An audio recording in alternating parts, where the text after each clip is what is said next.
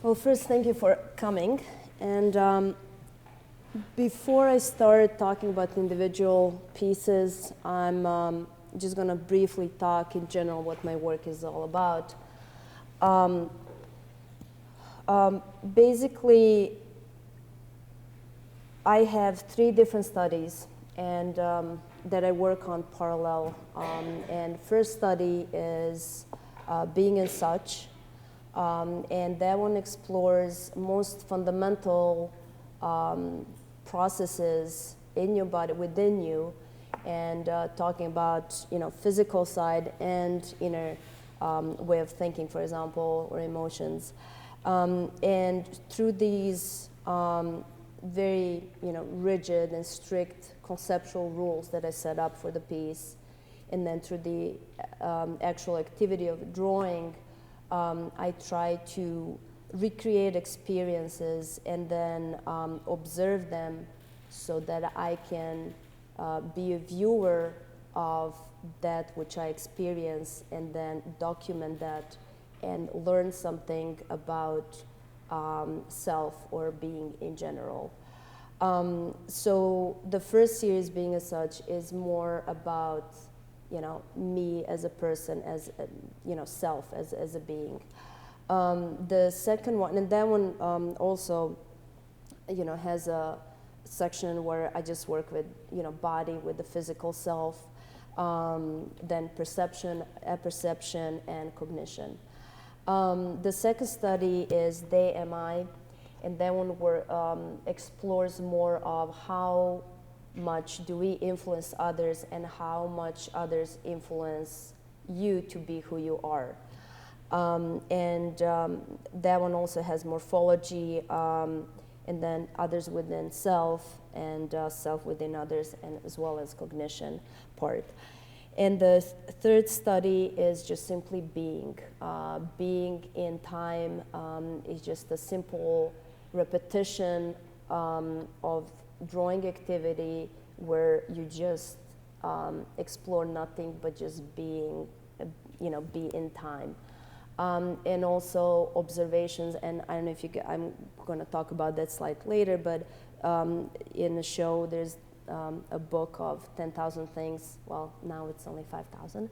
But that piece belongs to this series, where it's just simple observation of things without any other conceptual construction. So the third study is very simple, just being alive and observing.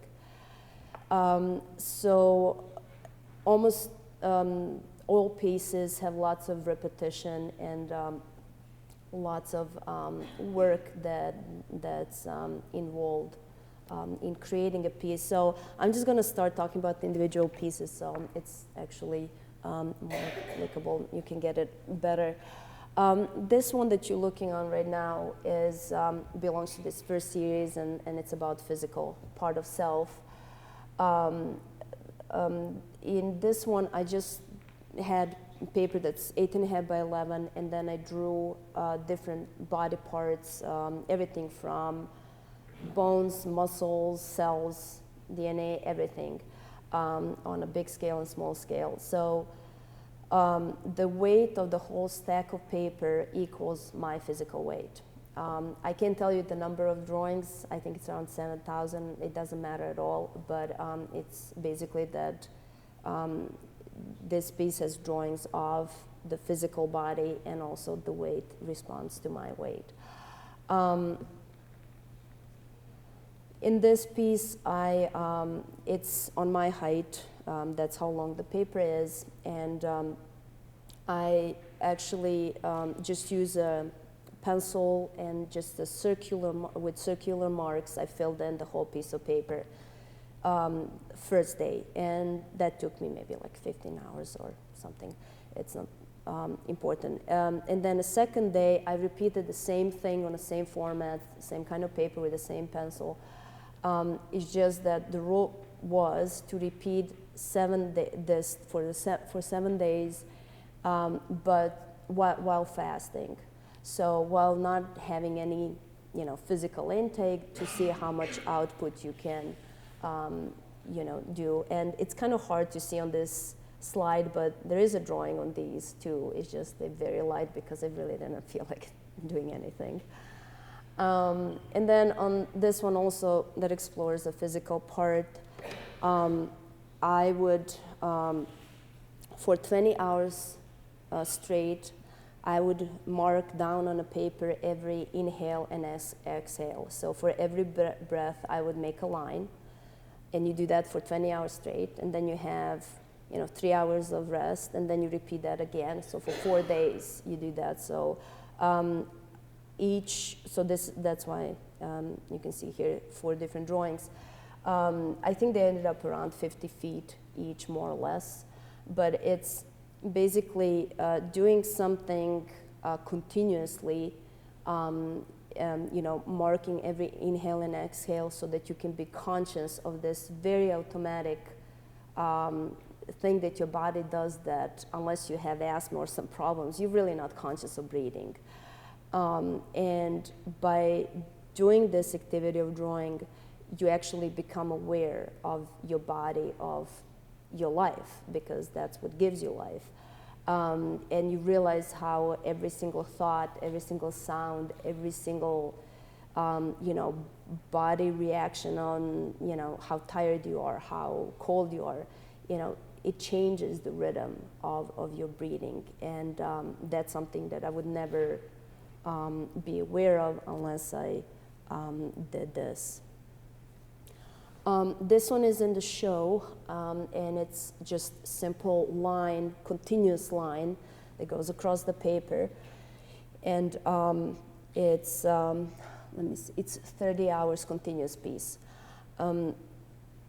I did a series of these durational pieces because line really, it's kind of like it really tells you what's inside and how you feel. For example, I mean, you guys all know that when you draw, for example, it's not your hand that moves and creates a drawing or whatever else. It's your brain that tells your hand move this way and that way, right? So whatever is going on in your brain is going to be reflected fully in this line. And especially when you do durational pieces, it's almost like a whole life on a small scale, because you start kind of confused because, hey, there's this big piece of paper, I don't know what I'm doing, right? So you're a little bit nervous. So, and then you continue, and then you get you're all confident, you know what you're doing, it's perfect ideal line. But then you get tired, and as you get tired more and more, your line gets, more wiggly, it changes, sometimes even breaks when you start falling asleep. So it really gives you this whole representation or reenactment of what life is and how you go from beginning to the end and how it actually falls apart at the end. So at this point, 30 hours was as far as I went with this piece, just as a documentation of inner state. This one is very similar. It's a line that it's just a spiral. And I reached the end of the paper. It was a continuous piece as well. But then, I don't know, around 35th hour or something. But then I realized that I should go further, and I wanted to see what's the limit, how far can I go at that point. And so I didn't have a setup rule like the previous one where I said I'm going to sit for this long and that's that. And then as I reached it was almost the perfect circle. But then as I reached the edge, I had to change in order to fit more because I wanted to continue more. So it's a 40-hour piece at the end, it ended up being, but it's kind of to see when you reach the limit, how far can you go beyond, or how far can you go beyond what you planned on, and what kind of changes happen, and just basically what happens in that process of reaching the edge. This was a very tall stack of paper, and it's kind of like a book because it's glued on one side that you can look through. You can see it here. And then for every minute, for 36 hours, I would make kind of like a portrait type of thing with a pen, but I would press very, very hard with ballpoint pen, so hard that I would actually go through the page. So every minute I would make one hole or go through one page for 36 hours. So it's kind of a similar process of being conscious of time in every single minute and how much you can actually reach or go through in this case within a certain amount of time and just being aware of it. And then I did a balance because it was always to one extreme or the other. So this piece is, again, on my height. And one side has stippling-like marks. And I estimated, it's totally not accurate, but it's estimated, my estimation is that there's around 10 million dots because it's 68 inches by 20. And then next to it is a piece that is totally blank. It's just blank piece of paper. So you can observe, one side that is, in my case, the most marks that I made in one piece, opposed to, something that's nothing. So, which is, the better or worse, or how to find the balance, how to find, in between, the medium. This one is also in the show, and it's a million piece. And basically, I made this really tiny drawing that you can see on the wall, if you find it. This very little tiny brick. It's a very tiny piece of paper. And then I repeated the same brick a million times on this big piece of paper. So this is the small one, and this is the big one. Basically, I just wanted to see, first of all, how much is million. It was as simple as that, as when it started as an idea. But it's basically, you have this one thing that is so insignificant, so unimportant, so little and tiny, so nothing, that you can't even see. If that was the only thing on the wall, you probably you wouldn't even notice, right? But then if you repeat this imperfection or this nothing, if you repeat many, many, many, many, many times, then it becomes significant. It becomes a wall. It becomes something that you can't pass and not see. And I would like to apply that to, self, and, even though we are all, God knows, we all have a little bit of imperfection, right? But within that imperfection, of course, you can't do everything or sometimes even what you want in life. But if you work on it very hard and if you repeat something many, many, many times, eventually it will result in something that is visible and is significant. This is a very old piece, but I included just as a process so that you can see all the pieces in a series.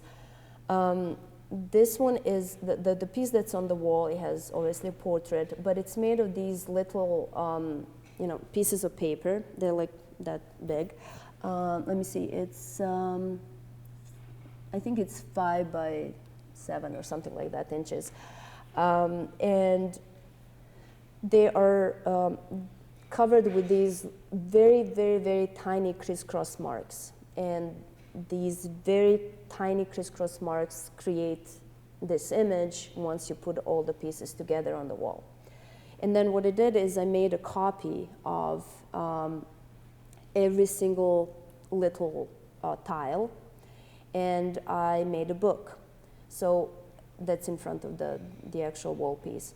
So when you look through the book, all pieces look very abstract and look like there's no image, and you can just appreciate the little marks and the mass of little marks. But you can't put it together, no matter how superhuman you are. You can't put it all together to create the image. on the wall, you can see the image, but there's no way you can see all the detailed little tiny marks that I used. So it's basically about perception. What do you choose to see? How do you choose to see the world? Do you want to see the detail but not the whole picture, or vice versa? So this is actually a section about observation and perception. So in this one, it has 10,000 things around. So the rule was to, I had these small cards, pieces of paper, and the rule was to sit in a very same spot always. And I made first 1,000 drawings of just whatever was around me while sitting in this one spot. And that wasn't in one sitting, that was just whenever. And then after that 1,000, that was like a reference point. What scientists would say a control group, right? And then 1,000 then is done while fasting, 1,000 when I was, I would exhaust myself with when I wouldn't sleep. And then 1,000 was done continuously, so from the first drawing to the last drawing, I did it continuously. And then I believe the last 1,000 was done as time limitation, so I think it was just, let's say, a minute or two. And then that's all those, 5,000 drawings are in this one plexi box. So you kind of look through kind of like in an old library. And then I repeated the same thing again for another 5,000. Basically, it's I put myself physically in different situations, even though the rules were the same, materials were the same spots, same things around. But I wanted to see if you feel differently physically, how does that influence or changes your perception? So what do I choose to see, if I'm, sleepy opposed to when I feel okay, right? And then if you repeat the same experience, what happens with perception as well? So not only what you choose to see, big objects, small objects, if you want to draw a crumb because you're extremely tired and lazy opposed to, I don't know, big scissors like here, or, how do you choose what to look at? And again, when you repeat the experience, what happens with perception?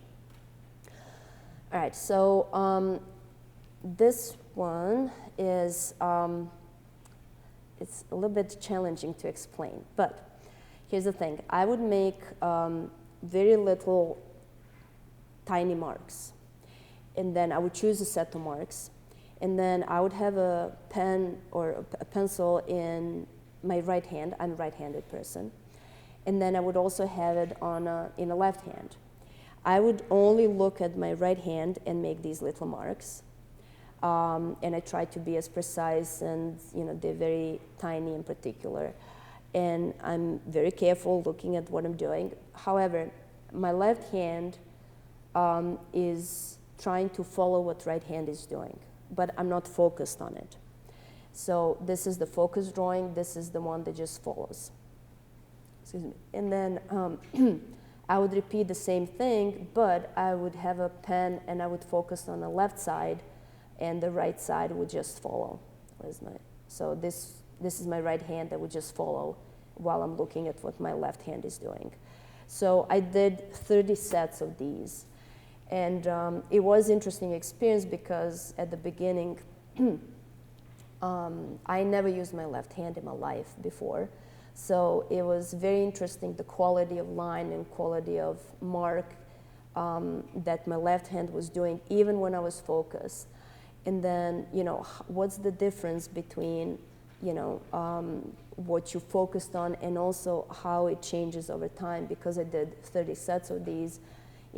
At the end, it wasn't even that fun because my left hand was almost as good as my right hand, so it was just what I wanted, that's what I got. It wasn't, there wasn't a surprise, so.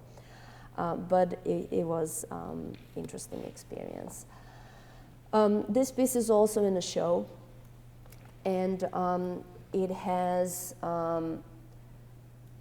basically for the paper is also on my height, and every day for a whole year I would write down the date on the top, and then in the evening I would just draw this line and fill out the paper with it. It's kind of like a diary. It's instead of using words, I chose to use line because, like I told you before, line is something that, especially the one with the pencil, because you change the pressure as well, it totally reflects how you feel, what you're thinking. I mean, of course, those are not words, and you can't put images into it, but it it totally reflects as almost like a machine what inner state you're at. So you can see that some days they were more precise, some days were more aggressive or more slow. And for me, that was more important and fascinating than actually, having words. Because this is pure energy, and you can always see it literally for what it is, but words we can always, have different connotation, I guess. And yeah, this was for one whole year. So 11,929 self-portraits is this piece of paper where I did this many fingerprints. And this number reflects the number of days that I've been alive up to this point. I should add quite a few extra, but we're not going to go into that. But basically, I mixed different inks and a little bit of charcoal powder so that every single fingerprint is unique.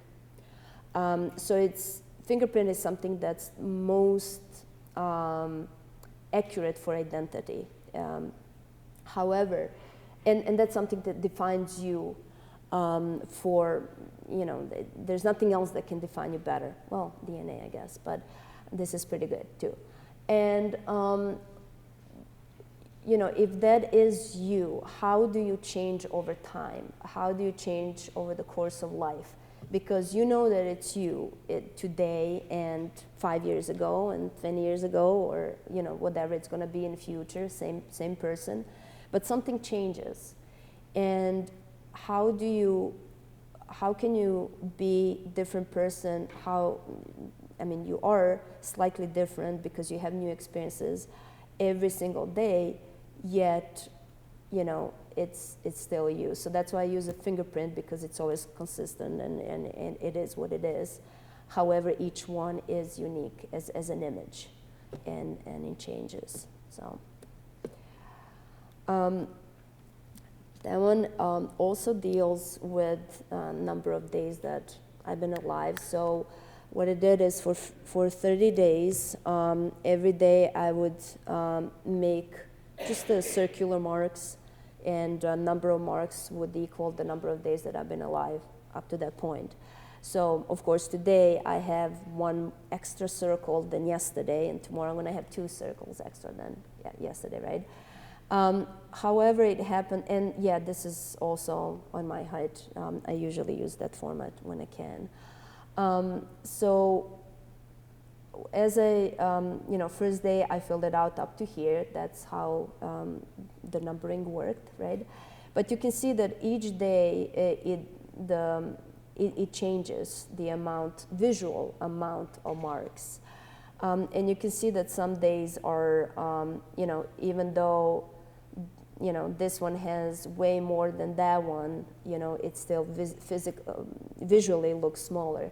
So it's just kind of exploring how you feel every day, when you reflect on your life, how do you feel about that life, how big or small you feel, or, how, I guess, just your perception of past and yourself, and how it actually changes as a self-observation. And in this one, I actually, it's kind of like a receipt paper. So actually it is receipt paper that I connected many receipt rolls of receipt paper. So that the length of the drawing is 1 kilometer. And for those of you who don't know how much that is, it's 3,281 feet. It's a little bit less than a mile, but it's pretty long. And then I rolled it in these rewinders, on these rolls, film rolls, because that's the only way to present it, and actually, I actually wanted that. But basically, it's you, in order to see a drawing, and by the way, the drawing is only a drawing full of portraits, which I call self-portraits, but they're just portraits. And you can see details here, so these are some of the portraits from the drawing.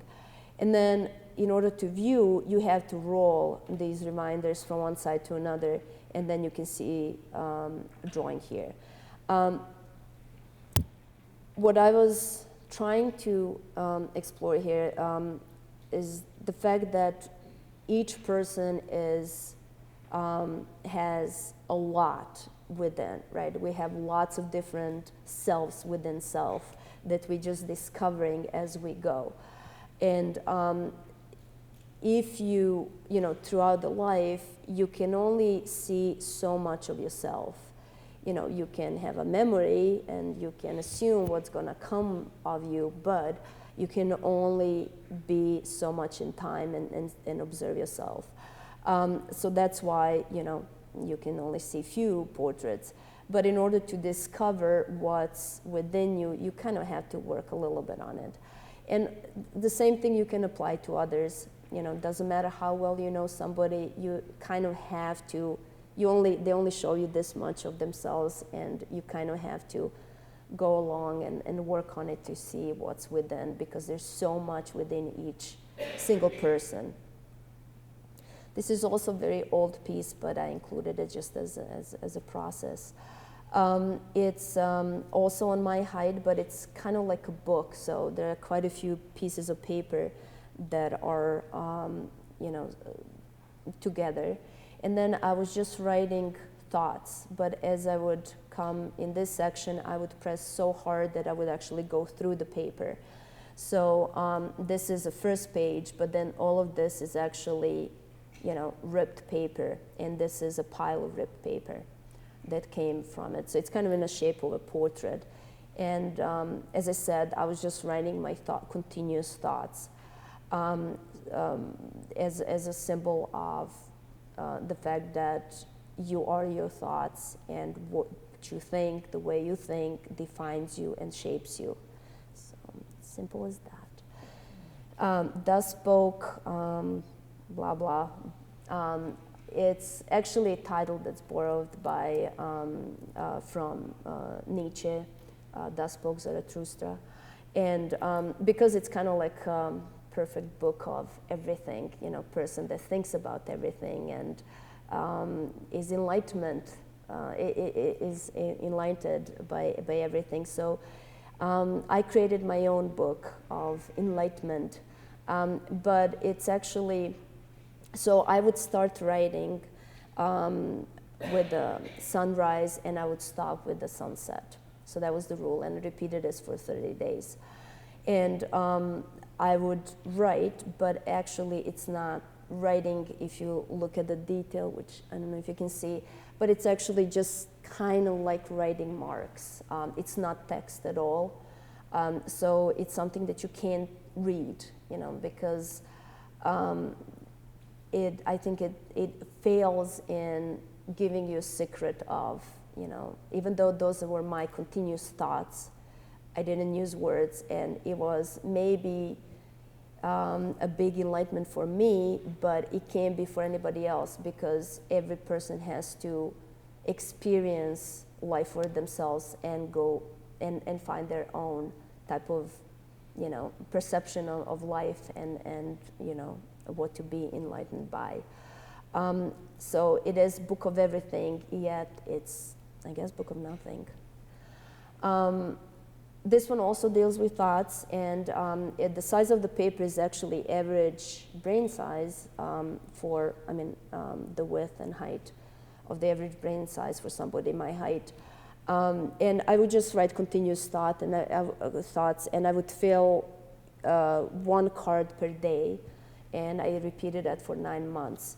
And it's kind of like following idea of, it takes 9 months, and this is text for real, but it's continuous word, and then it makes space between words. So good luck reading it, you can, but I don't know. It takes 9 months for life to develop. And then I wanted to see how much can you develop and change within that period of time, if any. Probably not much, but I just wanted to see how much through way of thinking you can actually, what happens within those 9 months. And this is kind of like a conclusion to all of this, first section or first study of inner being. It's a plexiglass, so it's a very transparent, it's a transparent piece, which is kind of hard to see, but in this slide. But I made little lines, little scratches in a plexiglass, so one scratch for each day that I've been alive to this point.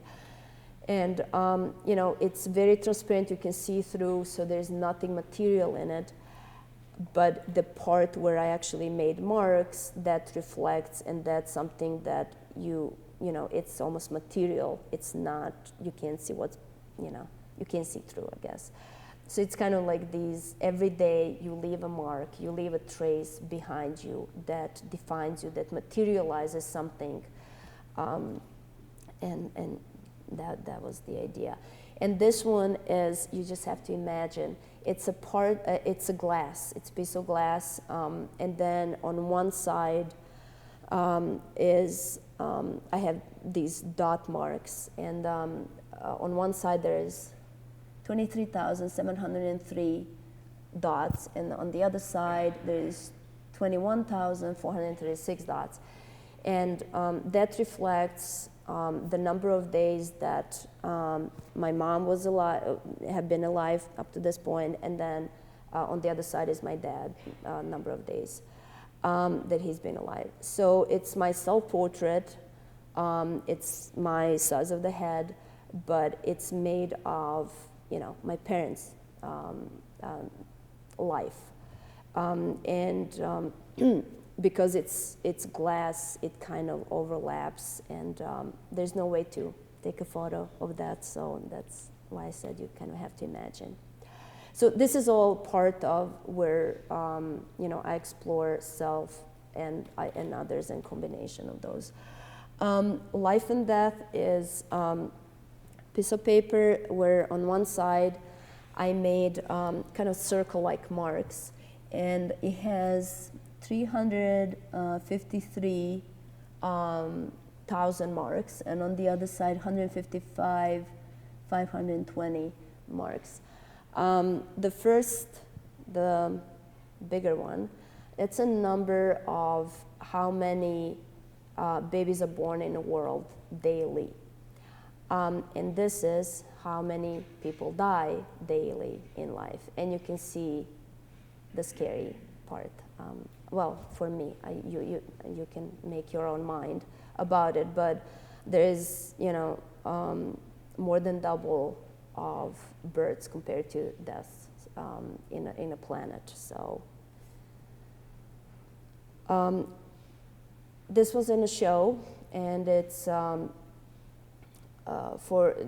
reflects 30 days. 30 days I would make these portraits. Oh, I'm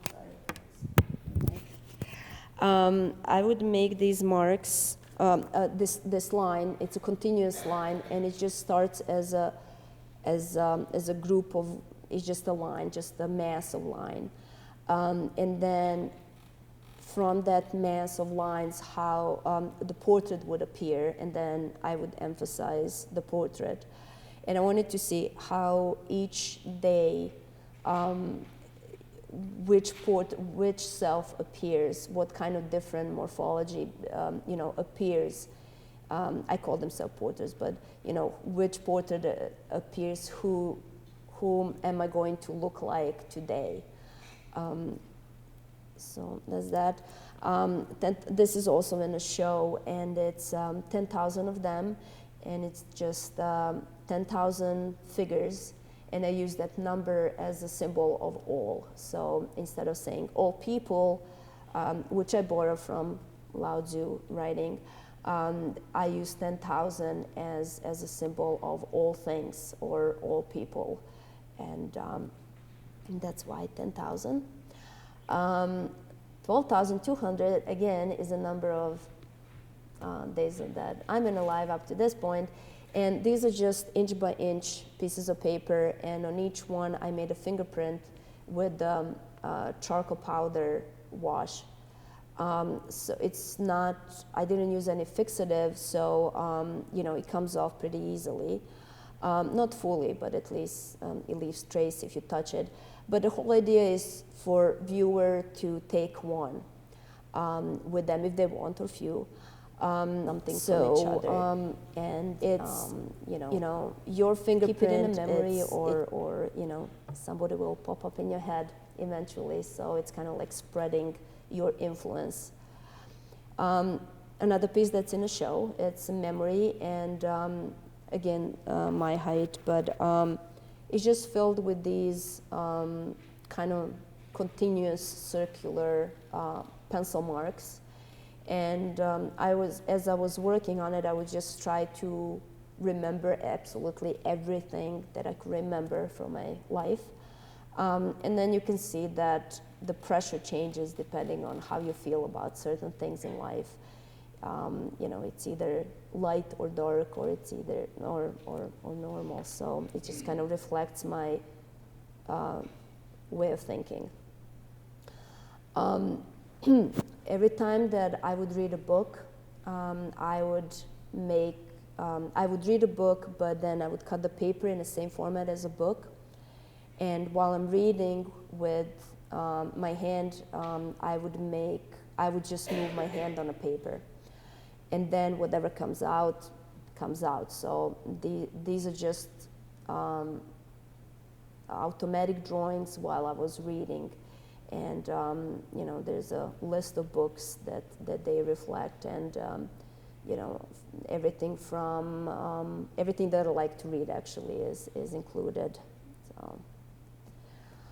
So, and this one is a very long piece of paper, and then I wrote the text, again, continuous thoughts, in a format of brain size, average one, and one day, and then the following day I would repeat the same thing, but I would slightly move it towards right. So that's why it overlaps, and it's kind of like one continuous text, and you can see here that it kind of overlaps. And I repeated that for 227 days from, here are the dates in the title, you can probably see it, but it's basically from conception to birth, so basically while I was pregnant, so from the very first day to the last day, and to see how much your way of thinking changes while going through experience that is not only where you're not in control fully, but also where this other thing puts you in this particular strange situation. So that one, this one was done at the same time, but I wanted to see how, again, I did portraits as a symbol, how much you physically change, or your perception of your morphology changes during that time. And this one is in the show as well, and this is the book that I referenced at the beginning of the talk. It's actually a piece that's in progress. I'm still working on it. It's supposed to have 10,000, it's a book of all, and that's why it has to have 10,000 drawings. And I separated it in 4 different sections. So the first section is plants, and then rocks, minerals, stones, which is what you can view right now. And then it has a section about animals, including humans. And the last one is places.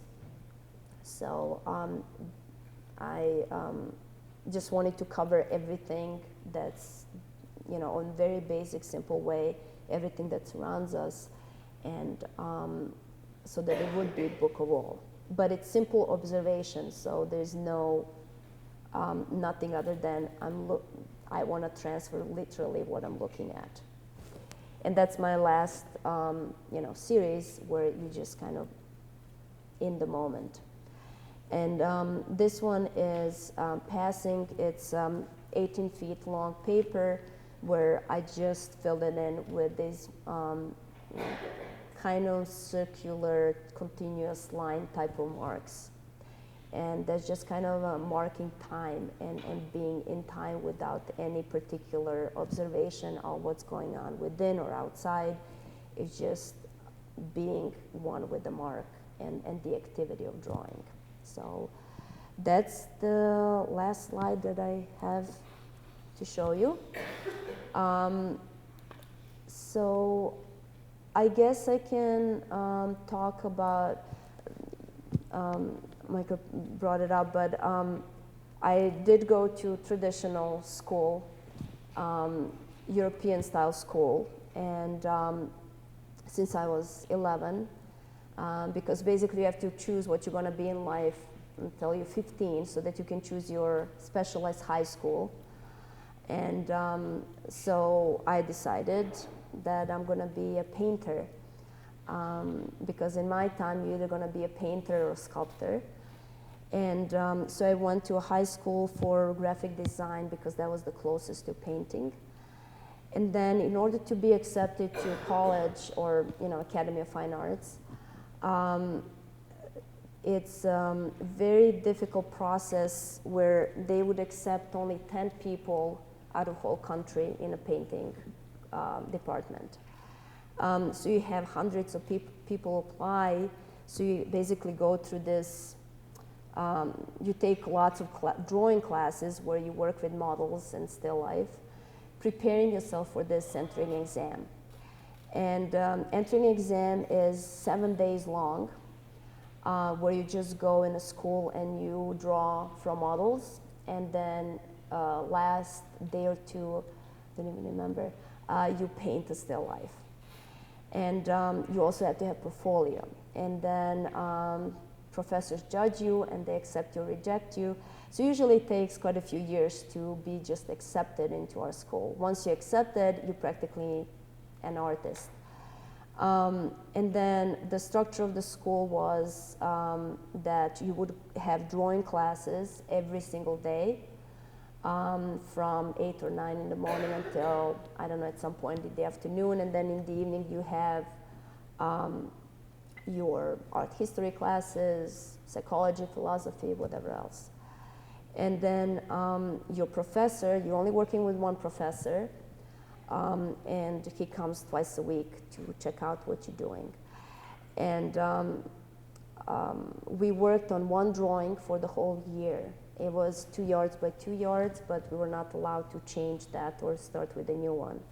And we had models that were sitting in a most boring position, and that's what you do every single day for a year. And professor would come, I was just telling that story, would come after 2 months of not talking to you whatsoever. And he would come along and he would just look at your big drawing and say, and you worked really hard on it for months, and then he would just say, no, that's not it. He would walk away, and then you have to erase the whole thing, figure out what's wrong, start from the beginning. And then he would come every 5 minutes and say, nope, that's not it, erase it, and so on. So it was very challenging, it was very torturous, but eventually you get it, and it's very incredible experience, because nobody gives you answer. Nobody but you find how to get the character of the model, or how to figure out different ways of saying something, or what is your way of saying something, and not just copying, getting a printout recipe and then following whatever somebody else told you. So it was a very incredible experience, and it was mostly on a technical side. And then I transferred to the Art Institute, and that was completely opposite, because nobody cares about formal aspects. Nobody cares about this 16th of an inch of your line. It's more of the way of thinking, and how do you think? What is your idea? You can create the most perfect drawing or art piece, but if it's just technical, that's all it is. It's a pretty object. It doesn't have a substance, it doesn't have a soul, right? So in order to make it alive, you have to add this conceptual way of thinking. You have to add something to it, an idea. You have to make people think. You have to make yourself think. Otherwise, it's just, pretty vase with flowers. And that really changed my approach to art piece, and that's something that I firmly believe that in order to make a good art piece, you have to have both. You have to know how to make things, you have to have skills, you have to have craft, but you also have to have idea in order to make it work and make it alive and make others think.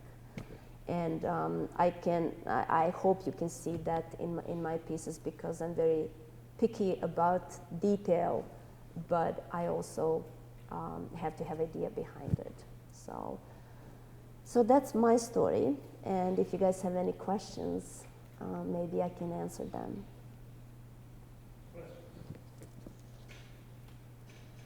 I think you.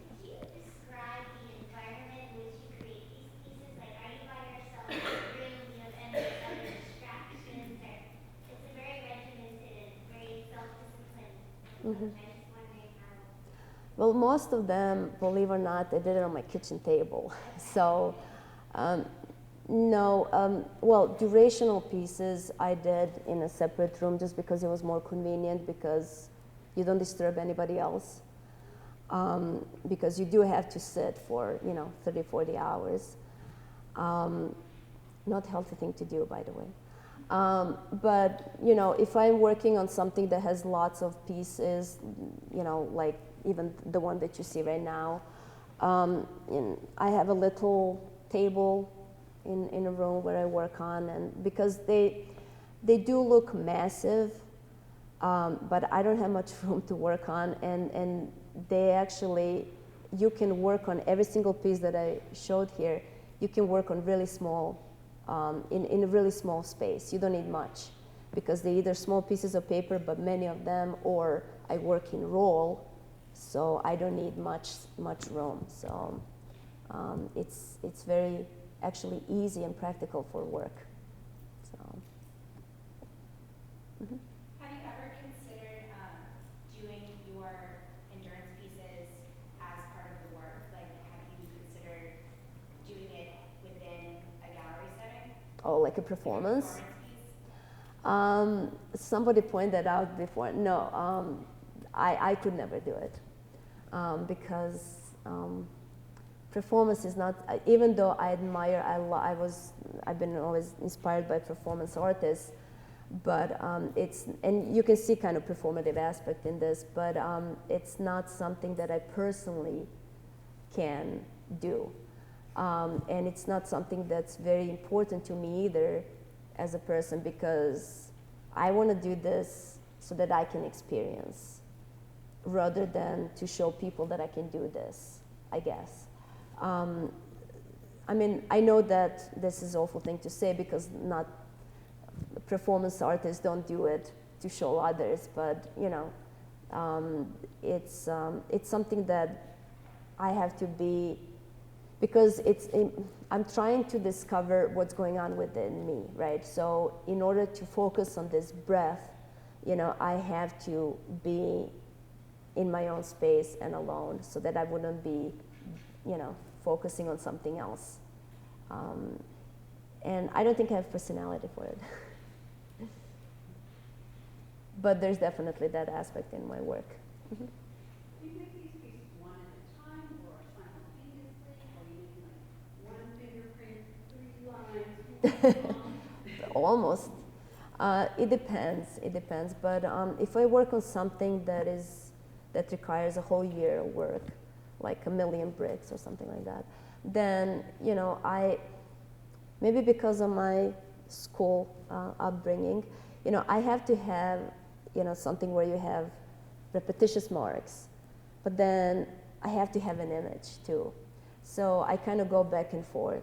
So if I do something that's very, very long for a year or so, then I kind of toss a really, really fast piece of like 40-hour piece, because it only takes 40 hours, opposed to a year. And, like right now, I worked on a book of marks, that I didn't mention, but it's in the show. For example, I worked on book of marks simultaneously with this book. I'm working on animals. I just didn't stitch them in a book, but so it's usually like 2 pieces that I work on at least parallel to. But book of marks is actually something that I was saying earlier. It started as a project because I teach as well. It started as a project that I can do for my students, that I can use it in a class, because I don't know how many of you try to draw, but it's kind of difficult to come up with the different values and different types of lines and marks. So I just did that book as something that I can show students in my class, just a variety of different possibilities of mark making that you can use to create different effects. But then it turned out to be an art piece as well. So that's that. Mhm. Numerical values of so many of these things is really critical to me. Mhm. Do you, in fact, map the numerical number you are on? Like if you have to stop at Mhm. 3,427, and you're going to pick it up in 2 Yeah. days. Well, I realize, 38. it's actually really difficult, especially for me, because some people know I get confused about numbers a lot. What I do is, especially when I'm tired, when I'm not, I count, for example, let's say bricks, because that's something that's in a show. I would count up to 100, make a mark, and then count 100, make a mark, and then I would add them up at the end. If I'm tired, I go up to 50, sometimes I go up to 20, depends on how tired I am, but how far I can stay focused. But I found that that's the easiest thing to do, just make little marks and then add them up at the end, because there's no way I can keep the count. So that's that. Mm-hmm. So you're setting all of these limitations and constraints for yourself on how you're going to make all these pieces. Are you ever disappointed or surprised by the What happens? or the final product? I can't say that I'm disappointed with final product, because I actually never, I know it sounds awful to say this, but it doesn't really matter to me that much. I mean, it matters as I'm working on. I have to make each line the way I want to make it, but that as soon as I'm done, it almost stops existing for me. That's when it starts existing for others, but not for me. So final product, because I'm so focused as I do it, I kind of can see where it's going, but with the experience, I don't know, I was, you can say surprise, or just you gain new knowledge, like, oh, this happens when you do this, and that happens, you feel this way and that way. So those were all new kind of experience, like, if you don't sleep, you're gonna be very, very cold. So, like, I didn't know that, and how you're gonna see things, and, how you're gonna feel within. Those were all new experiences, yeah. Mm-hmm. So the process is primary. Yes. Mm-hmm. Yes. So, and then within the process, the focus within the process. So, I guess the book of old, the one with the actual realistic drawings, well, somewhat realistic drawings, that one is more, I pay attention to the actual drawings because there's not much of a experience going on. I just draw because I draw. So that would be a little bit different, I guess. But besides that, I think it's just process that matters. That's quite a departure from your acting training. Art Institute. Those are radical. Well, it is in a sense, but idea-wise, yeah, because you know, in European training, you have no idea. I mean, it's all about, you know, how good your line is. But you know, I believe, I'm hoping that I still kept that, you know, technical side of, because I really want to make good drawings, and I'm really trying to make good quality drawings. So yes, I do have 10,000 drawings, or you know, 7,000 drawings, whatever number, but each one of those has to be good. For this book, for example, if I make a bad drawing, I throw it away and I repeat it, because you know, it's a drawing that matters to me. So I think it's kind of half-half, I would say. Idea-wise, yeah, but I don't know, whoever. I'm really struck by the collection that you put together while reading, drawing while reading, Oh, okay. because Yes. all of the other pieces seem to be so deliberate in their structure and construction, and this one is about distraction in some way. Destruction? Distraction. Oh, this, okay, yeah. So you're reading here, you're drawing there.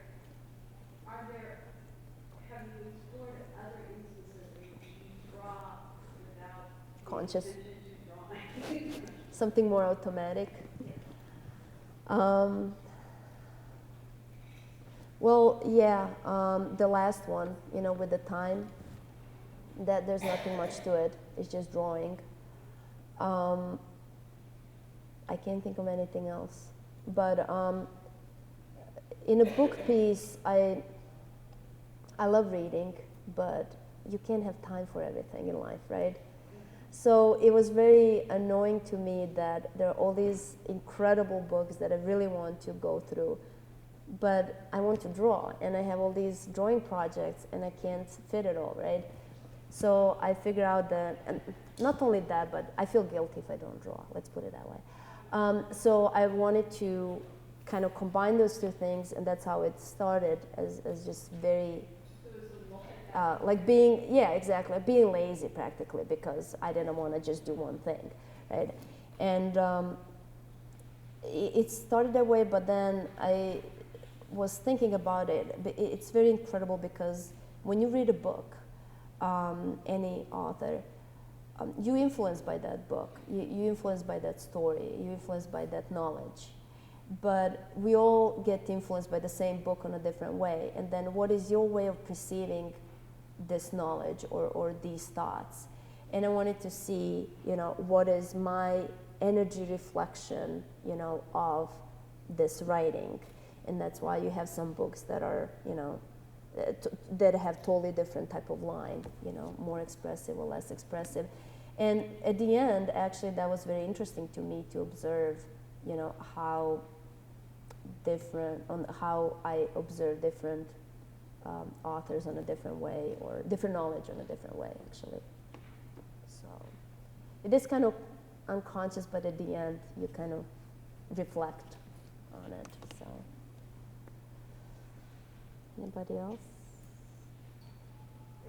There's an interesting combination in your work of meditative quality and then endurance quality. That those two certainly can go together and have gone together in different kinds of spiritual practices. But I was just interested in maybe hearing you say a little bit about the meditative quality and the endurance quality in your work. Do you see those as connected, or are they separate to you? Or I see them as the same thing, because in order to kind of put yourself in a different mental, emotional, whatever state, it takes time. You can't you can't do it in a second. I mean, you can if you take, I don't don't know, helpers, but you know, in order to put yourself, you know, on purpose in something other than everyday reality, I think it takes a little bit more time. And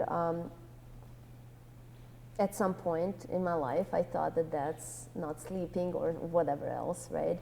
And it is the fastest. It really is in order not to, you know, in order to kind of enter different feelings. That's the fastest and the easiest, but still it requires time. And I don't know, I guess, does that answer at all? Okay. Is there a disconnect between how we view your work and how we view How what? like a disconnect, maybe it's like, I think when students, and maybe general public come to look at your work, I think the immediate answer is like, how many hours, or you know, Mm-hmm. it's all about maybe the performance question, like how many hours are we taking, how many years, whatever it took us to do that. Yet when you talk about it, it's all about, I was interested in what it would feel like to experience, right? And we don't, I don't think we did that. I mean, I understand, but I don't think you did it when you see it. Yeah. I'm wondering, is there times where you're really cognizant about the drawing moment versus what's going to happen in the end? You know what I mean? Like when I look at, when you talk about left-right buttons, Uh-huh. like there's this real clear decision saying, this is what the mark making was with this hand, this is what's happening with my left and I'm not concentrating. It's all really about mark making. But then the time when you did the calendar, Mm-hmm. you said you did this reflective moment of how I felt in this day, how I felt. It seems like two very different Approaches. approaches. Yet when we look at the work, it seems very similar. Does that make sense? I don't know if there's a question. I hope. No, that's a good observation. And I think that usually when I talk about well, first of all, when I show my work, I want the work to be aesthetical, first of all, so that people would look at it. But I'm kind of hoping that they would also read the label and find out what the work is all about, which sometimes happens, sometimes doesn't, but that's beyond my control, you know, because as I said, I'm a very selfish person and I do it for myself for the most part, right? And second thing that I wanted to say, that I'm just losing my thought right now, but I think that depending on what I was trying to explore at that particular moment, and that with this particular piece, I guess it does change a little bit of, you know, technical, you know, how it's done and all that, but opposed to the meaning and how important it is to me to find out something. My goal, and I think that that's job of any artist, or I would like to believe that, that's just my opinion. No one has to agree with that, but in order, as I think I mentioned this earlier, that in order to make a good art piece, you have to make people think. And whenever I give a lecture, you know, most common questions are about, you know, numbers and how did you do this, and it's practical side of it. And you know, for me, I'm just hoping that you guys would just that any of these concepts would just make you think a little bit about yourself, because in that case I would consider my art piece, you know, art piece is successful if you can think about yourself. Because I know I always talk about self-portraits, but they have nothing to do with me. They did while I was working on them. Now it's about others. And I would be the happiest if that happens. I don't know if it happens or not, but that would be something that I would that would be my goal, I guess. So, but there is that technical side, and you can't avoid it. But in the same time, at the same time, the technical side, if, for example, I started these durational pieces for 4 hours, that's how long my piece was. And then I said, well, let's try a little bit longer. So I did it for a little bit longer. I don't know what the next one was. And then it was 24 hours. And then after I did the 24-hour piece that I repeated a few times, I was like, oh, I think I can go further. So let's do 30, and let's do 40. So, I was the happiest person, most proud person when I did 4-hour piece, because for God's sake, I drew continuously for 4 hours. I feel so accomplished. And it's a good feeling. It really is.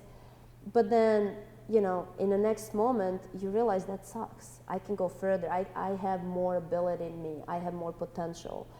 And that's what these durational pieces did for me. It's basically reaching the limit of how far I can go. I mean, I would never know that, and I think we all have a little bit of, we trash ourselves a little bit, right? But, when you do something that you have never done before, when you do something that you that you thought impossible, you have to have adrenaline rush. You have to feel good about yourself, right? And this is what I did. This is my way of doing that for myself. But I also hoping that maybe you guys can do the same thing for yourself in whichever way that is. But that's another idea that I would love to communicate to anybody, just not to say be lazy, but in a sense that always push yourself as far as you can. And even if that's 2 steps, those are your 2 steps. And if you make 10 steps, those are your 10 steps, in the following moment. So whatever it is that you do, I think it's important in life to do this, because you feel good about yourself, and it's something that maybe can provoke others to do the same, to learn something about themselves, So that's what I would like to accomplish with this. So hopefully, but anyways, thank you so much, guys.